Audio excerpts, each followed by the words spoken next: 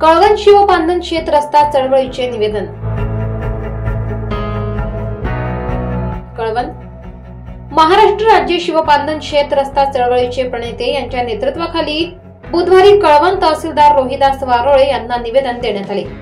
या निवेदनात दळणवळणासाठी दर्जेदार रस्त्यांची आवश्यकता असते। शेतकऱ्यांना अनेक समस्यांना तोंड द्यावे लागत आहे। याची दखल घेऊन प्रशासनाने शासन निर्णयाची कडक अंमलबजावणी करून शेतकऱ्यांना रस्ते उपलब्ध करून देण्याची मागणी करण्यात आली आहे।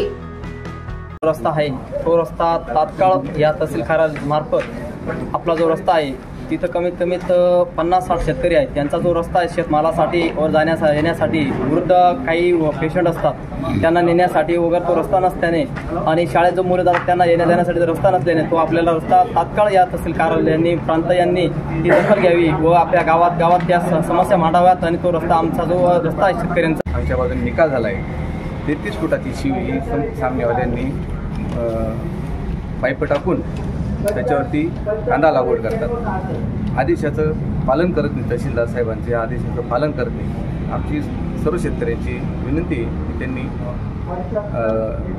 त्यांचे अधिकार वापरून त्यांच्यावर कारवाई करा, दंडात्मक कारवाई। आणि आज रोजीही त्यांना आम्ही विनंती केली की कांदा लागवड करू नका, शिवरस्त्याचा प्रश्न आहे हा, आम्ही आमच्या बाजूने निकाल झालेला आहे, पण ते निकालाला मानत नाही। ते म्हणतात कोण तहसीलदार, आम्हाला ते निकालाला ते बिलकुल हे करत नाही। ते परत त्यांनी आता या मिनिटाला कांदा लागवड करत आहेत, लाखो रुपयाचं उत्पन्न घेतात त्या कांद्याचे। या बऱ्याचशा लोकांनी हव्यासापोटी पूर्णपणे बंद करून अडचण करून ठेवलेली आहे। त्याच्यामुळे शेतकऱ्यांचे हाल आहेत आणि शेतकऱ्यांना आपला स्वतःचा पिकवलेला माल मार्केटमध्ये नेता येत नाही किंवा काढता येत नाही, आणि काढलं तर त्यांच्या रावण्या पावण्या पाया पडण्याची पाळी येते, तरीसुद्धा ते अव्यर्थात। एकच त्यांचा दृष्टिकोन असतो की यांनी विकून कुठंतरी पळून जावं, नाहीतर आम्हाला फुकट नेऊन द्यावं।